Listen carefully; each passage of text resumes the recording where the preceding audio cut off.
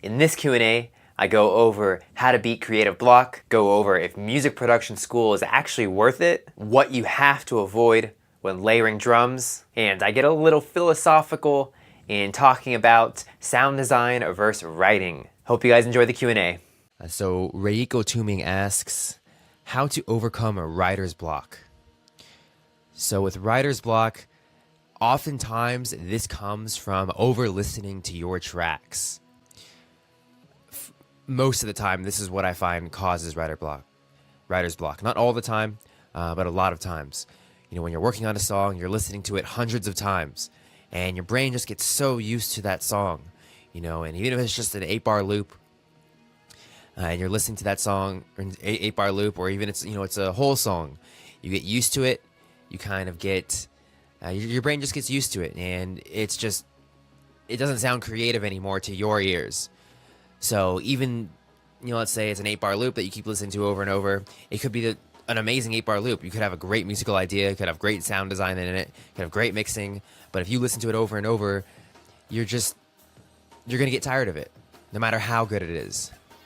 So as cliche as it sounds, really taking time off from the song that you're working on. I like to use this analogy. If you're working out at the gym, and let's say you're lifting, doing arms, and you keep lifting, and you just keep lifting arms, same exercise over and over. You're doing like hundreds of repetitions with a weight. Your arms are going to get tired, and you won't be able to lift that weight after a certain number of reps because your arms will just be too tired. You know you can lift this weight, but your arms are too tired. That's the same thing with music production. You know you could be creative, you know you want to progress with it, but you're just too tired. Your muscles are too tired, so you need to give it a rest. So that kind of is the best analogy I could use there. Everyone always says give it time, and I'm sure you guys are tired of hearing that, but you need to be patient with your tunes.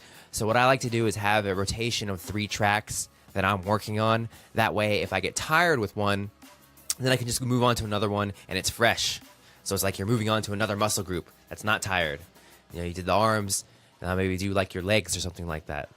So move on to a new muscle group that's not tired. If that makes any sense. Another way I like to overcome creative block is to use plugins how they're not supposed to be used. So if I have a vocal effects plugin, I'll go ahead and put that on my bass. If I have, let's say, a distortion plugin, I'll go ahead and put that on my drum group. Using plugins where they're not supposed to be used. That's kind of how I like to spark creativity, as well as bouncing down my existing tracks in my song and remixing those in the track. So oftentimes we'll have a lot of MIDI instruments in our track, or we'll just have a collection of audio files, audio tracks, a lot of them. I'll bounce those down into one single file or groups of files just to condense them.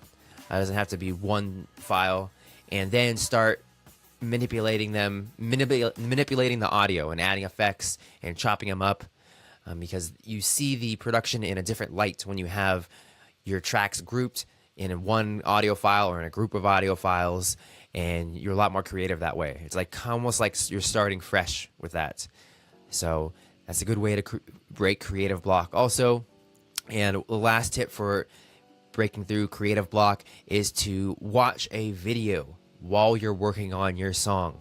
So oftentimes I like to have a song or a video open that inspires me.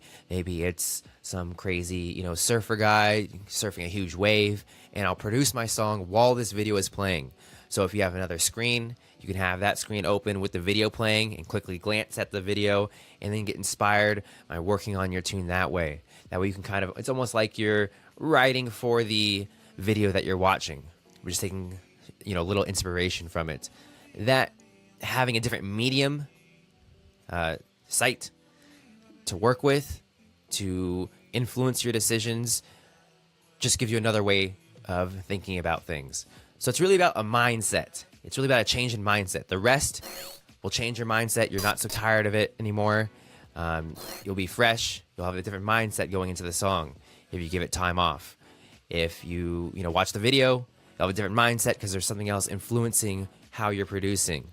If you use plugins that aren't supposed to be used on certain elements, then that's another different mindset.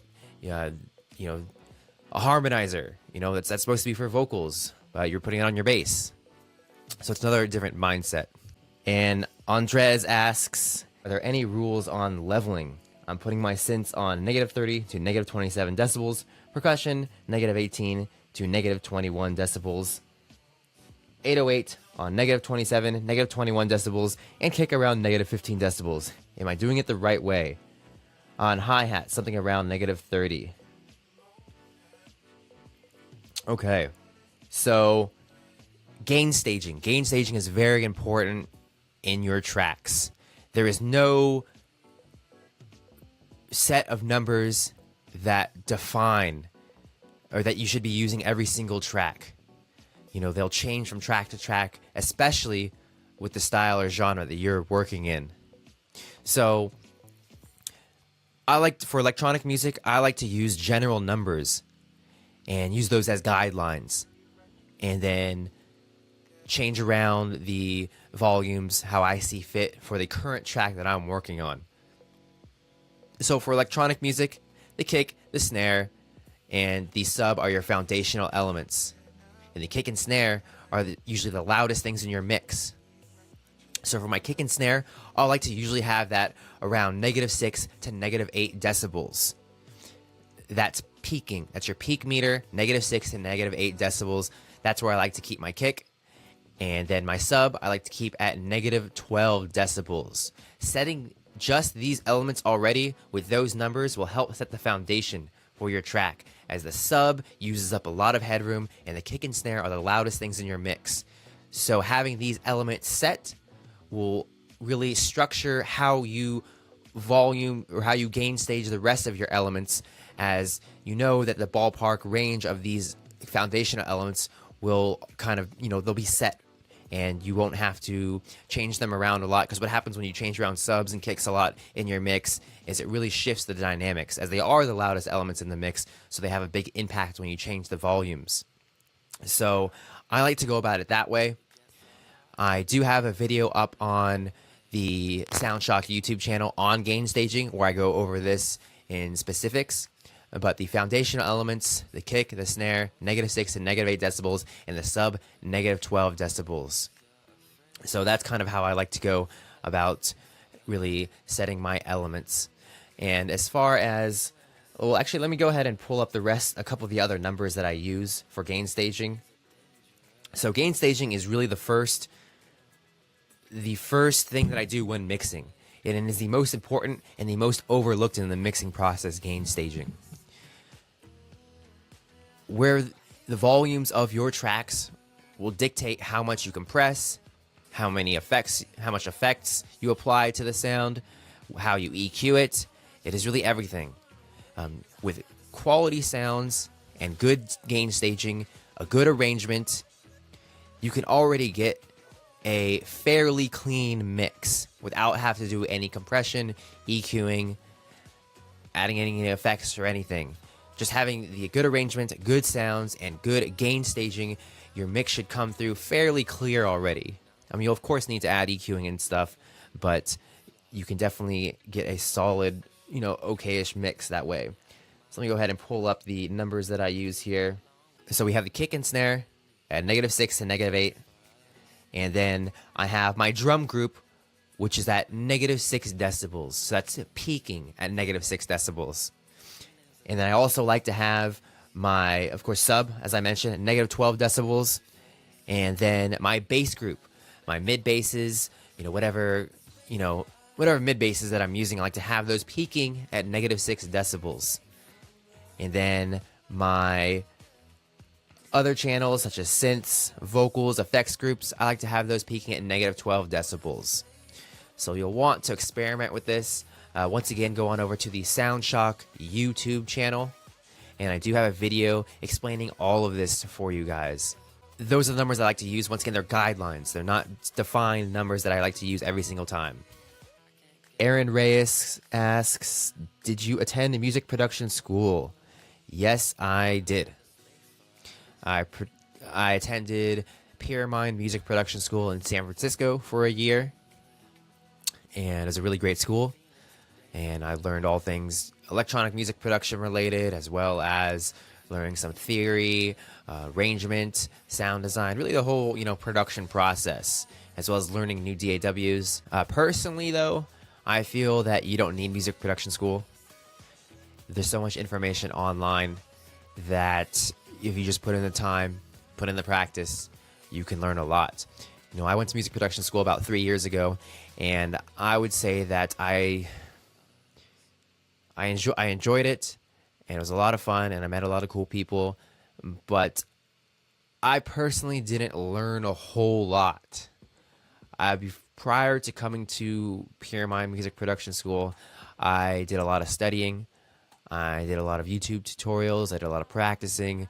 So I was kind of up to date with what was happening kind of production-wise, what techniques are being used, and so forth.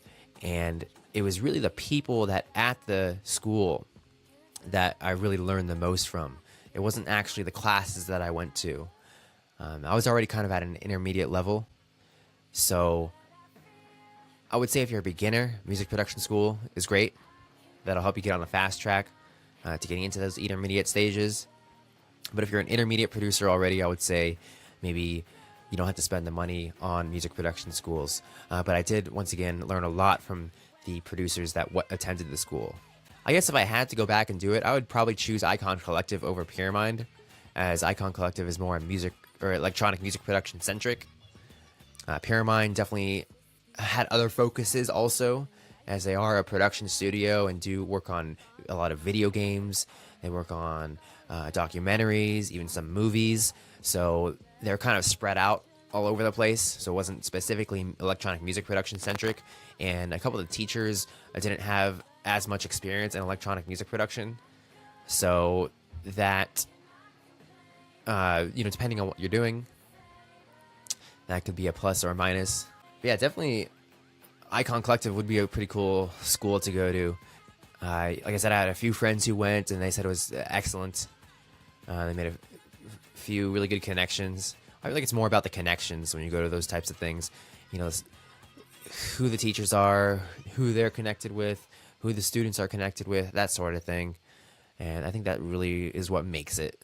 So maybe not doing a full session or a full class work schedule, just maybe going in, doing a couple classes, meeting people, and see if it's worth it to take more classes. That could be a good option also, instead of just signing up for all their classes, which could be really expensive. With music production, with electronic music production, I found, at least from a lot of the interviews that I've given, is a lot of producers don't know music theory. Now, they of course know the very basics, scales, dyads, triads, but moving into more intermediate and advanced music theory, definitely very few of them know it. And really, it's not necessary. With the amount of software, it's with electronic music, it's really about the variation in production, the sounds. Not to say that just completely discard music theory, or it's not about creating a cool melody or a progression or anything like that. No, I'm not saying that. It's just with the different sounds available, and then just the style of production, you can really make a very full sounding emotional song with basic chords and melodies. So Lenza asks, I've been having an issue with my crashes. Whenever I play my kick with my crash, I hear audio distorting, but when I remove the crash, it doesn't distort. Any clues on what may be the issue? I eventually get it fixed, but I'm always puzzled. So this probably has to do with the gain staging. The kick is usually the loudest part of your mix. The kick is, from your tracks that I've heard, that it's usually one of the louder parts, which is good in electronic music. And what happens is probably the transients of the kick combined with the transients of the crash are probably coming together and causing a quick distortion in your master. As when you layer high transient material together, if you have, let's say, multiple drum hits. I mean, that's the perfect example. If you have multiple drum hits and the transients are all playing on the same beat, so all the peaks are coming together, they're summing together and peaking really high. So what I would recommend doing is I would recommend sidechaining your crashes to your kicks. So every time the kick comes in, the crash is sidechaining. So the initial transient is being reduced. That way you just let the kick transient come through and the headroom is just being used by the kick and not also the snare, which is probably causing that distortion. You'll have to mess around with the sidechain settings, the certain level of decibel reduction that you want on the crash to see where it doesn't distort and to see what vibes with the track without it sounding too noticeable. But I would say that's probably what's happening there. So that, that's not just the kick and crash. It's, with all, high transient audio that you put together. So when you're layering drums, you'll especially have to be aware of this. When you add those layers that have transients, you'll want to pick one sound that has that initial hit and transient, and then maybe fade in the rest of the audio samples. So that's another thing that you could do. You can fade in the crash. Just do a slight fade. So just let that very, like 20 milliseconds of the initial kick come through, that transient come through, and then fade in and then have, that's where you have the fade on the crash. I mean, that's essentially the same thing as a sidechain, but it's a little more precise. So try that out. Once again, and layering any high transient material will cause these big peaks. That's one of the things that I was kind of puzzled with when I first started producing, even years after, actually. I couldn't understand why I was having these peaks in my audio. It's okay, a kick and crash are playing, who cares, I never understood that high, samples with high transients that play at the same time really eat up a lot of headroom. They really spike. So taming those is really important. All right. Lenza also asks, another thing I've been having issues with is low mids, especially in bass. Maybe a video on really delving into low mids and saturation would be a cool video. Mixing low mids. That's really about keeping that area clean. That's how I like to go about mixing my low mids. It's really having dedicated sounds towards this low mid range and mid range also. In my opinion, this is one of the harder parts of a mix to get right, as too little low mid information and your track sounds thin. Too much and it sounds too bulky and weighty and just really clogs up the mix and eats away from other instruments. So there's a really fine balance there. So I like to remove a lot of my low mid information from most of my sounds besides my basses. I like to let my bass, that be my mid bass, so not so much my sub, as that's really just sub information, really just my mid bass, have those really occupy that area and provide that weight and really cut out the low mid from a lot of other sounds. So I guess a common problem is you'll have, a lot of synths playing. Let's say you have a drop that has a lot of synths playing. These synths will usually be low mid heavy. And producers think, okay, I want this to be a fat mix, so I should leave all that low mid information in all these layers of synths that I have. But really, it's cutting away a lot of those low mid frequencies and letting one specific element shine through, that is your bass sound, really provide that low mid weight. So when you're layering a lot of sounds, I would recommend removing this low mid information, as really you need room for the sounds to breathe. It's not always having one sound be massive in the mix. It's about having the different layers. You can of course have a very layered sound with a bass, with an ARP, with a sawtooth synth playing come together to be one big sound. But the individual layers should really only take up a specific part of the frequency range. That is what will get you a fat mix. So having every sound have their own space. So don't layer up a lot of the same Don't layer up a lot of the same frequency sounds. Having a lead that has, a very similar character, and layering up 3 different sounds that have a very similar character and are playing the same notes, that will create mud. And once again, a lot of synths, a lot of bass sounds have a lot of that low mid information, so it's really cutting away a lot. Always think subtractive EQing rather than boosting, and let your bass element come through. That is probably the best tip for mixing your mid-low range here, as that will give you a clean mix and let just that element come through, and the other elements will come together and really create that big mix. So I would say it's having a lot of subtractive EQ'd sounds, a lot of sounds that have a lot of their frequencies taken away, coming together to making a big mix. So definitely think about it that way. And also, of course, you'll want to have the bass sound, the mid-range, the low mid-range of this bass sound EQ'd well also, and to make sure it is giving the energy it needs to and is not too tubby in the mix. So that, once again, most sounds that come straight out of a synth usually have too much mud in them. So once again, I'll just think subtractive EQing again here.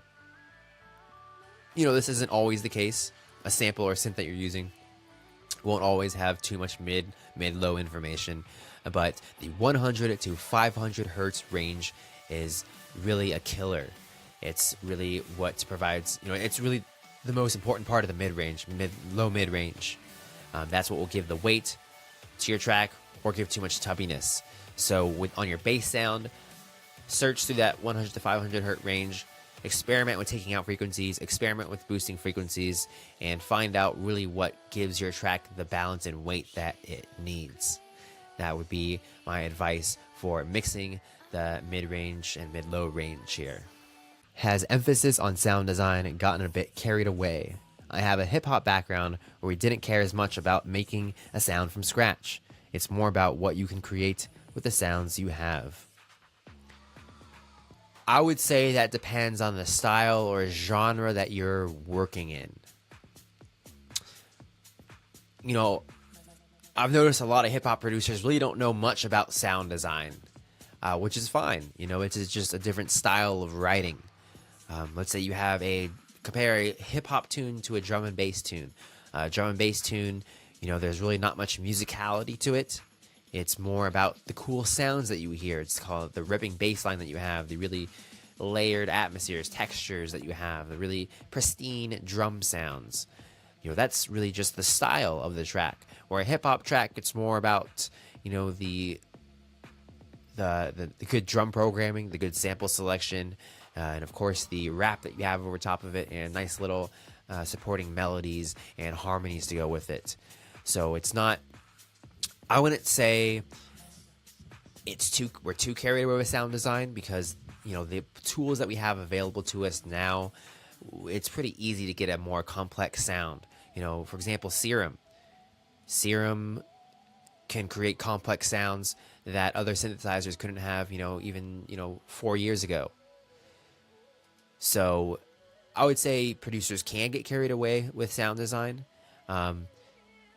It's definitely something that you need to keep cognizant of, and it's not necessary to be a great sound designer. And that, of course, depends on the genre that you're working with.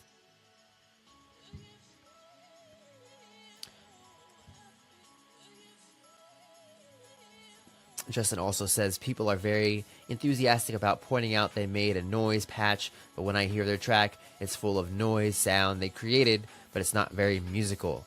And they learned all this sound design and didn't learn much of the basic mixing.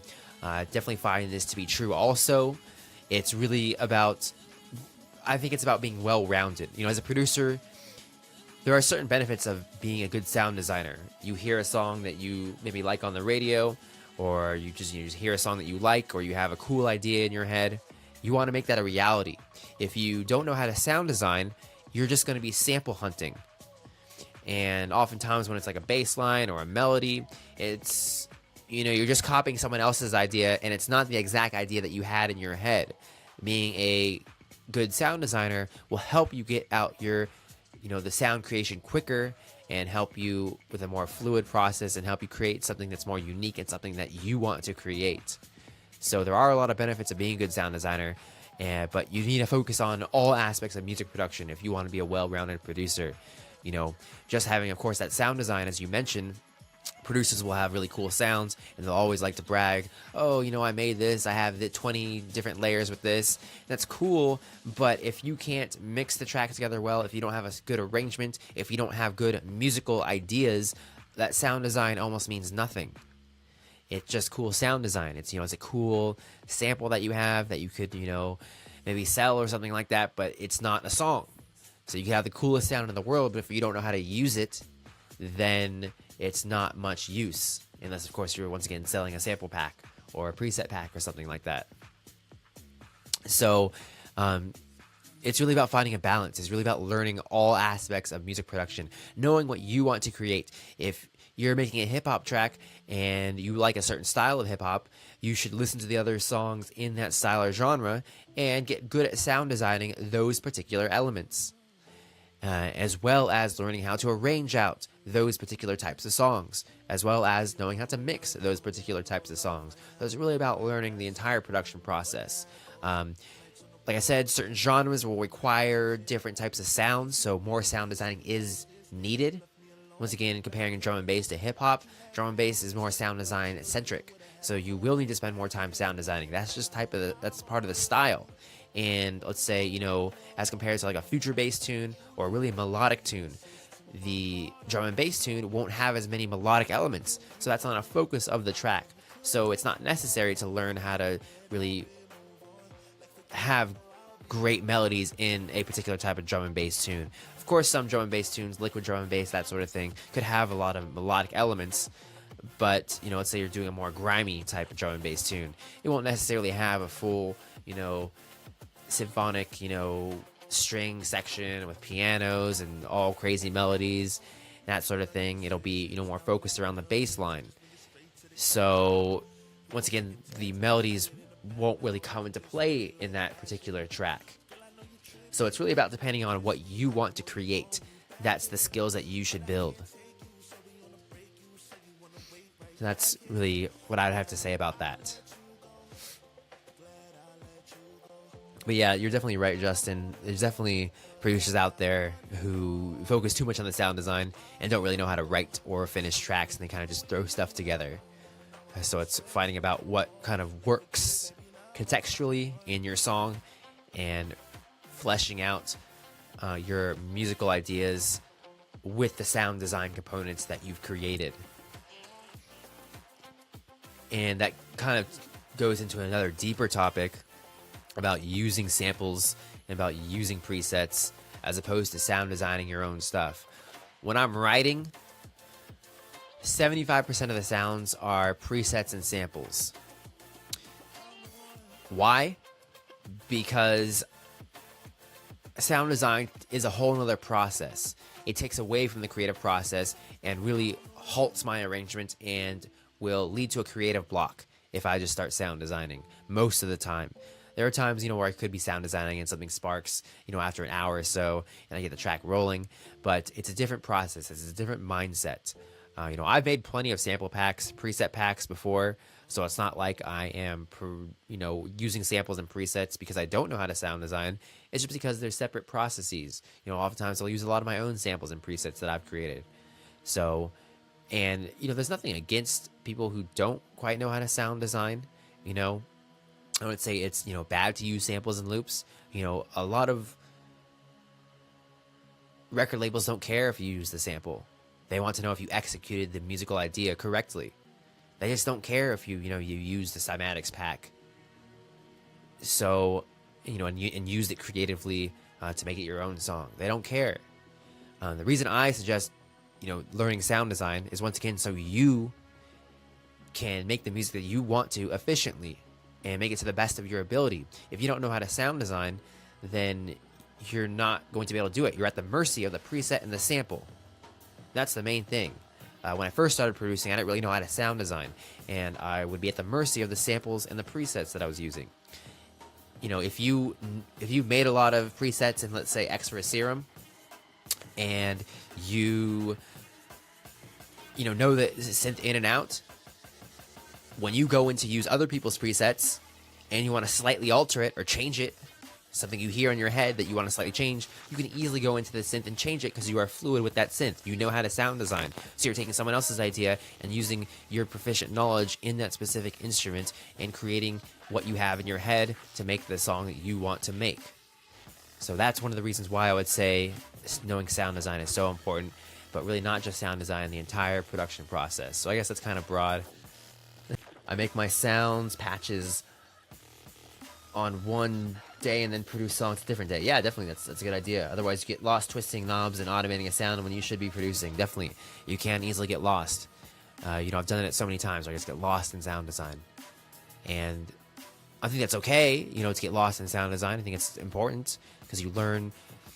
It's not when you learn sound design. It's also learning how to get certain. Well, I mean that is sound designing, but you'll hear certain sounds. You'll build a memory of certain sounds in your head, and okay, that's how you get that sound. That's a really grimy bass line that could be used for a lot of different things. I know how to get that now by doing this. Keep that stored in your head. I know how to get this type of pluck lead sound. Store that in your head. Got how to do that. Once you get all these different sounds and you know how to make them, you're really flexible with where you can go with your tracks. Yeah, that's great. That's how I learned also. Reverse engineering patches really helps, and it's invaluable. Reverse engineering any synth that you're working on, the patch, really seeing what makes that sound and replicating that in your own type of tracks, in your own sounds, that will help you progress fast. I would say that's another great tip, is to reverse engineer patches. You guys have, of course, probably heard this tip before. People are just lazy and they don't want to do it because it involves some work. Laziness won't get you anywhere with production. Laziness will keep you at the mercy of the samples and presets that you are using. So, really learning how to sound design, reverse engineering stuff is a great way to go. So any other music production related questions that you guys have, I'd love to hear them. Go ahead and put them in the comments.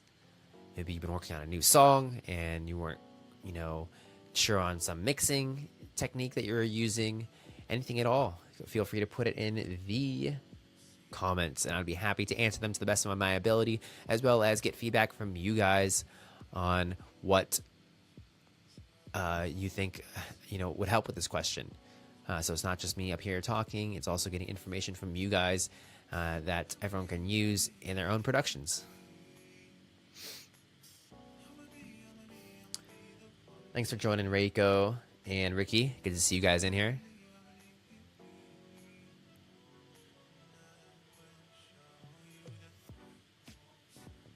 Yeah, that was a pretty philosophical question. A little bit. I definitely went on a long tangent there, Justin, but that was good. I think that will be helpful to other people.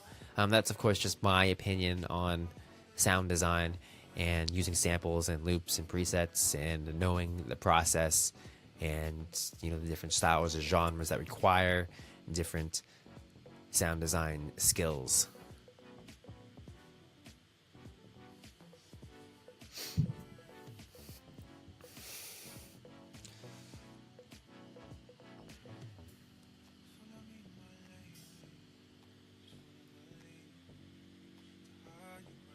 No worries, Ricky.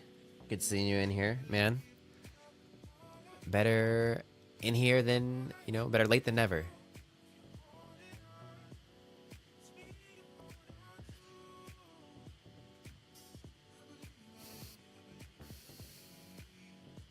Right. So a lot of people who sound design well, but you're the person helping with the mix down and master, right? Once again, a record label, most record labels, A&R labels, don't care if you use that Cymatics preset or sample. They just don't care. They care if you executed the song creatively while using that sample. So, there is a fine line. But once again, I don't think you can reach your full musical potential unless you know sound design at least on an intermediate level. Thanks for checking out the Q&A, everyone. I hope you got at least one tip from this Q&A that you can use in your own productions after watching this. If you want to get your question heard on the live stream on Facebook, all you have to do is head on over to the SoundShock Facebook page every Wednesday at 12 p.m. Pacific Standard Time, and just put your question in the comments, and I would be happy to go over it live for you. The streams usually last about an hour and a half to 2 hours. And don't forget to check out SoundShockAudio.com, your one-stop shop for all things electronic music production related, where there are tons of free downloads in the form of presets, samples, loops, and KONTAKT instruments, as well as tutorials. And you'll definitely want to check out this section, as the tutorials are the most in-depth tutorials on the internet right now. My name is Daniel from SoundShock Audio, and I'll see you guys in the next Q&A.